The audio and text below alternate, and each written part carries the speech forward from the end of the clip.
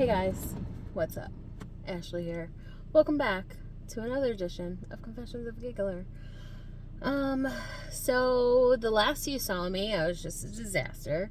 It's been about a week since then. And I'm not as much of a disaster as I was then. So let's talk about it. Because now I have like a clear head and I'm not just like a babbling fool. Like, I'm sorry, my hair is just not cooperating right now. These pieces keep sticking out. Okay. So, what happened without me just crying and crying and crying? I might cry. I might get a little teared up. I don't know. I didn't cry yesterday and I haven't cried yet today, so I'm counting that as a win. Because it's been a rough week, guys. It's been a rough week. So let's go over everything. So I went back and rewatched all the things that I talked about this budding relationship, and I didn't, like, I noticed that I didn't really say a lot about it, just that, like, I was very excited and it was going well. I didn't really give any details at all because I wanted to keep that to myself, but I feel like I should share some stuff just so it's a little more clear why I was so upset. I mean, there's a lot of reasons why I was very upset, but just a little background information. So we matched on Hinge, and we, like, just constantly were chatting back and forth, like tons and tons and tons of messages. And finally I was like, not even too long into it, I was like, should we just exchange numbers, because we're talking an awful lot here. So we moved on to regular text and still talking a lot. And I was always very clear, very upfront about the fact that I've never been in a relationship and all this is very new to me and all of that sort of stuff. So it's not like it just came out of nowhere, because even before we switched to text messaging, he said something along the lines of, I can't believe that I'm going to be your first boyfriend. So when you put ideas like that into my head, I get very excited, and like, I can't help myself from being hopeful for something like that, because it's not me saying it first, it was him saying it first. And we moved on to text, and we text like constantly.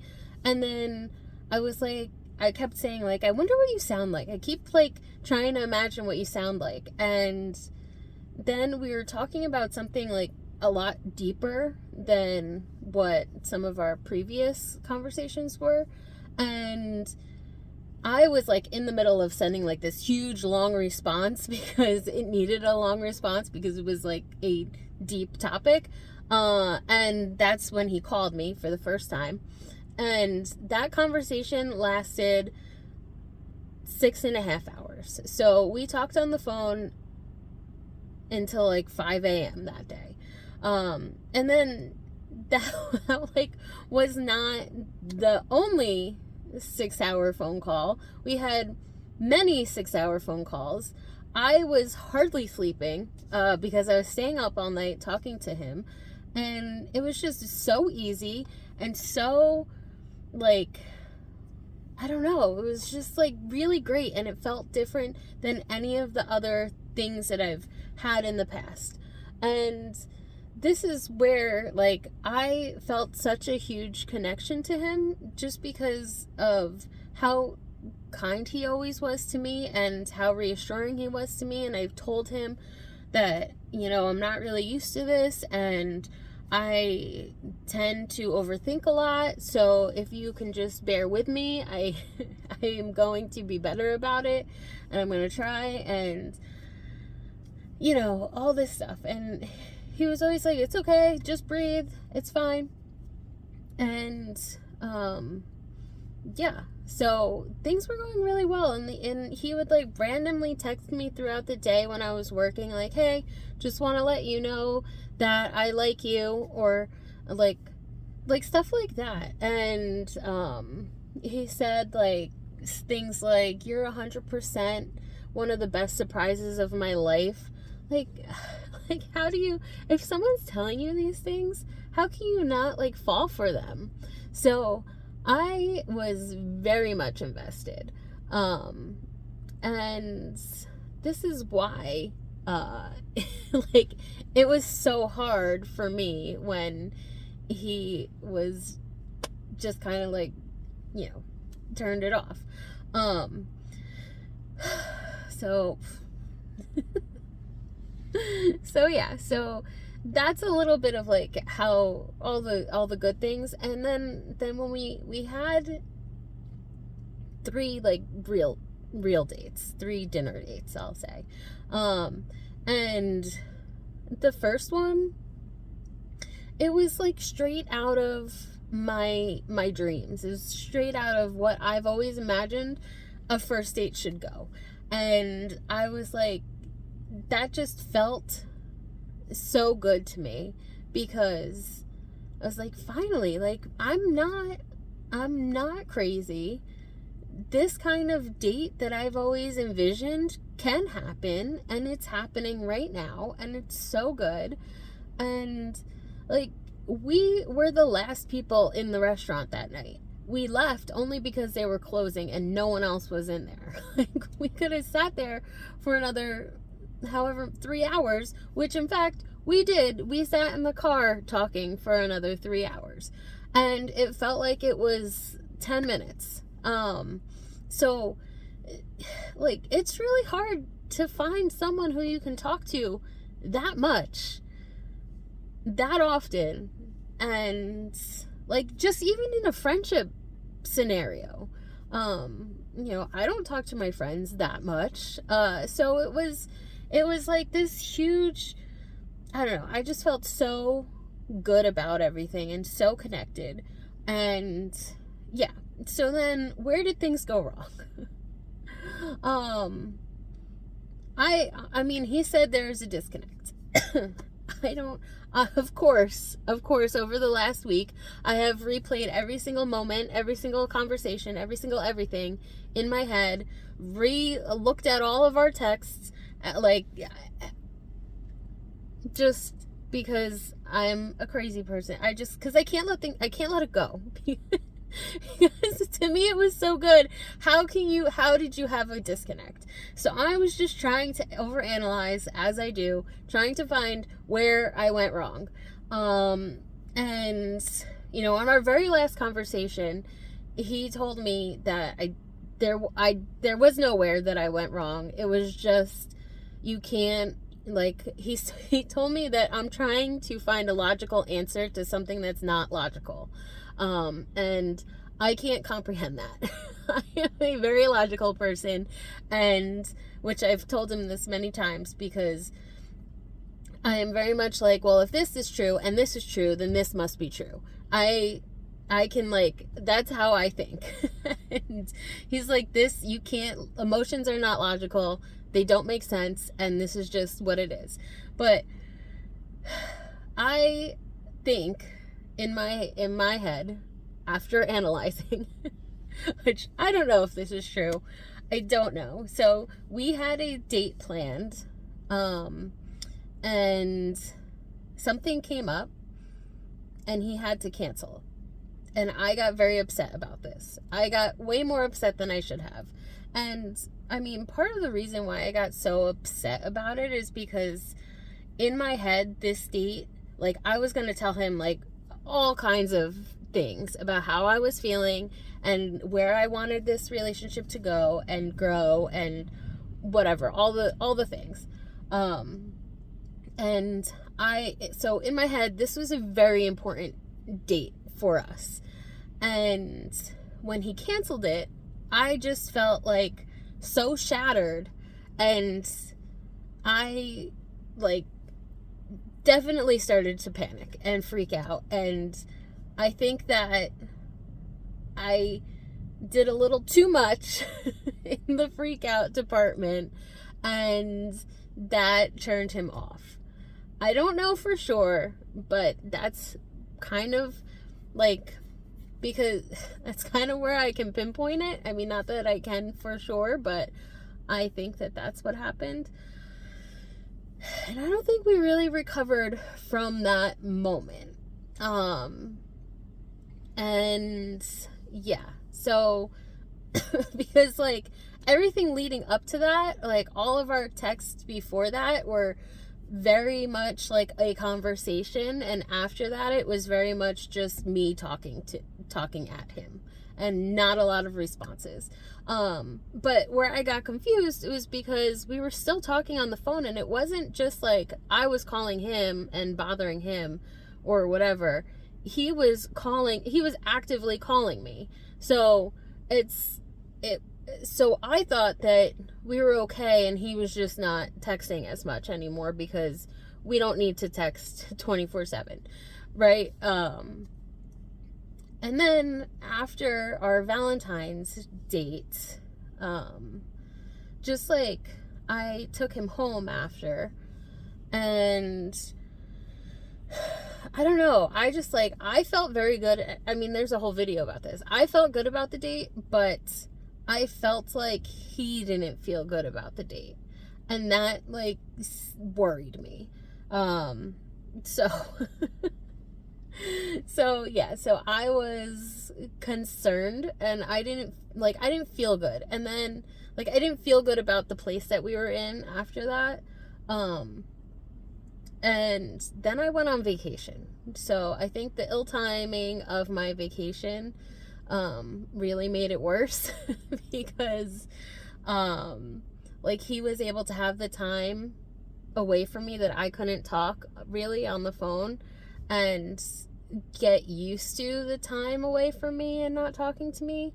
And while I was there, like I was on vacation with my family, but I was still very much thinking about him and wanting to talk to him. It was just hard with all the people around. And like I definitely spent a lot of my time at Disney World thinking about like how like one day I'm gonna take him here, and we're gonna go on a trip, and he is not a Disney guy. He does not like it at all. And how am I going to make this enjoyable for him? What can I do to make this enjoyable? Like, what are the rides? Like, I was taking mental notes the whole time of things that I thought he would like, things that I thought that we could skip, like all kinds of things, like thinking about what kind of after hours I could utilize to make it better and more enjoyable, what kind of fast passes, all those things I was thinking about the whole time. So I was not thinking about him, if that makes sense. So then when I came home, everything just felt off to me, and I did not know why. And so when I finally, I mean, I'm not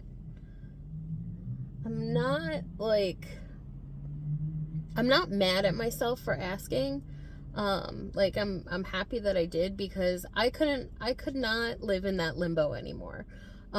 Just the emotional roller coaster was too much for me. Like thinking that things are going bad, and then talking to him on the phone, so thinking things were okay again, and like it was just like a constant back and forth, and I could not handle it. I was not doing well. I was overthinking everything. I told you I'm still overthinking things, but it's more of like just replaying stuff in my head to try to make sense of all of this. And I don't think it's ever going to make sense, but yeah, so that's that portion of it. So I just like, it's a lot for me. And I know that it's so silly for me to be this upset over something that was only a few months long. I mean, we did talk a lot, and I did think that this was going to be my future. And yeah, so I don't know. It's it's a struggle for me because like, I am happy that all of this happened. I would not trade any of this experience for anything because like I said earlier, it showed me that I could have these dates that are magical and really great, and like, it does exist. It's out there. It's just a matter of finding it. And I was very much in the belief that this does not exist for me. So for me to have a great date, a great few dates, honestly, it just was good. It was good for me. It was really a great experience to have, and like, made me happy. Just like, he showed me a lot of love, even though he did not ever say that he loved me. Like, he was still showing me things that made me think that he cared, and that felt really good. I mean, I think that we did develop quite a good friendship throughout all of this. So that, to me, like, losing his friendship is also hard, because it's just like, we talked so much, and now to not have that person to talk to is weird. And I feel like there was something else I was gonna say, and now I lost my train of thought. So yeah.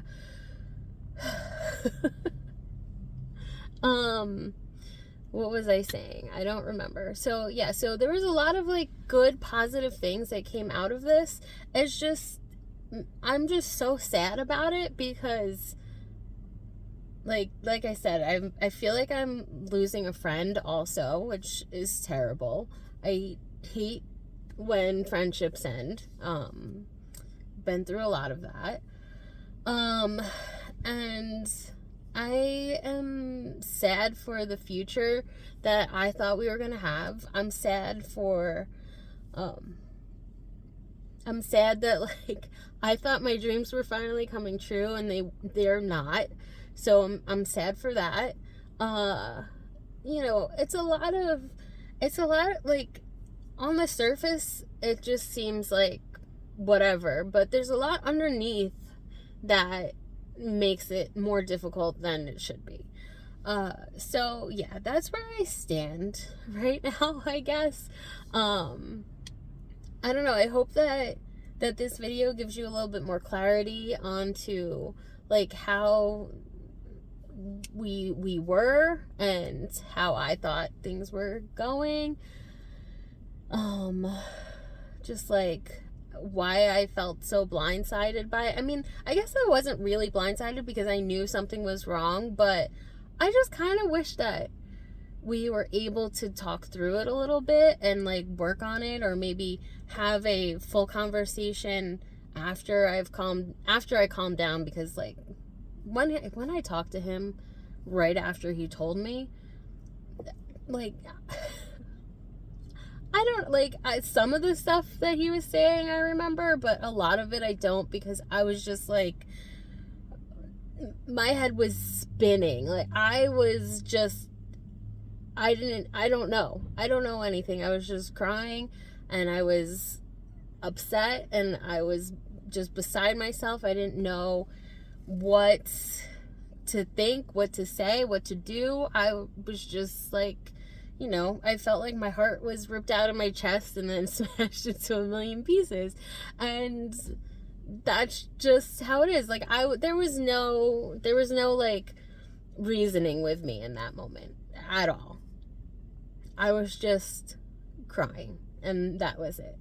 And then you saw, like, I was crying the whole next day. I couldn't stop. And, like, it came, like, it, you know, I went through phases throughout the next few days that I was crying a lot, and sometimes I was okay and whatever. So, yeah, I don't know. So I wish that, like, I could have, like, a conversation with him to just talk about everything and whatever, even if it's just getting advice from, I mean, not necessarily advice, but, like, hey, for the next time, how can I, like, what things should I work on to be a better partner to someone? And that's not necessarily me changing who I am. That's just, like, I mean, it is changing, but it's not, like, it's not in a bad way. Like, people, you have to work on some of your flaws, you know? So it's, I don't know. Like, I just, I don't know. And, like, what's really weird to me, okay, I just thought of this. So we were talking when I was bringing him home after our Valentine's date. And I remember saying something about, like, oh, I've always just been the single girl. Like, that's who I am. I'm just the single girl. And he said, that's not who you are, though. That's not your personality. That's not what you're meant to be. And, like, why would you say that if you knew that you didn't have any interest in me and being my boyfriend? Yeah, so, and maybe that's, like, what the problem is. Maybe that's just because I see myself as a single girl. Maybe that's why I'm just the single girl. I don't know. Like, I don't know. So, I mean, I have to figure things out for myself. I have to, you know, whatever. I just like I said while I was bawling the other day, I just really want to be in a relationship with a man who loves me and who I love him, and, you know, we're there for each other. And, like, it's not something that I need, because my life is really, really great. It's just something that I want. It's something that, like, I want to share my life with. I want someone to share my life with. I don't want to be alone all the time. So, yeah, it's, because someone did make a comment that you sound needy, and, like, maybe I am needy, but also, like, when you've been single as long as I have, and, like, it's something that's, like, you've wanted so badly, and it's right there, and then it's just like, oh, JK, you can't have it, like, that sucks. So I was just really upset, and I think that it's okay to be upset. It's okay to have your feelings. It's okay for whatever you're feeling, to feel it. And maybe I shouldn't have made that video right away, but I've been taking you guys on this journey with me, so I felt like I needed to share what I was thinking in the moment. And what I was thinking in the moment was just nothing cohesive. I was just sad, and that's it. So I hope that I've provided some more clarity on the situation to everyone. I'm gonna work on whatever I need to work on, and hopefully I will find my man soon, and we'll have better updates about dating stuff in the future. And oh,